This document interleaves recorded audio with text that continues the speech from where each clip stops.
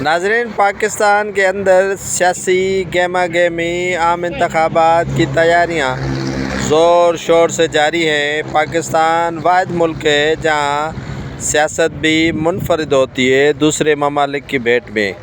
پاکستان وہ ملک ہے جہاں مہمان آئے تو میزبان خوشی سے نہیں پیمانہ کر سکتے۔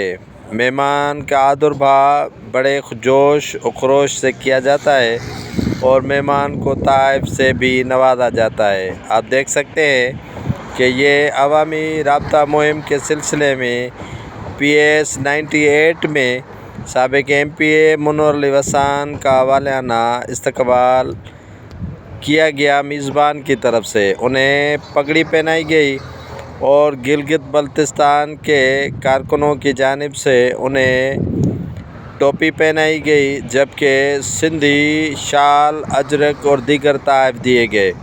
پاکستان میں سیاستدان کہیں پر بھی جاتے ہیں تو میزبان ان کا فلی دلی طور پر خیال کرتے ہیں تاکہ مہمان کسی چیز کی کمی کی وجہ سے ناراض نہ ہو جائے۔ پاکستان پیپلز پارٹی کے یہ سابق MP جب صفورہ کے علاقے میں پہنچے تو کارکنان نے بڑی تعداد میں انہیں تحائف سے نوازا۔ پاکستان واحد ملک ہے جہاں سیاستدانوں کو بڑے بڑے تحائف دیے جاتے ہیں، جن میں سندھی ٹوپی، پٹکے، اجرک، شال و دیگر تحائف شامل ہیں، اور ان کا استقبال بھی شاندار نمونے سے کیا جاتا ہے۔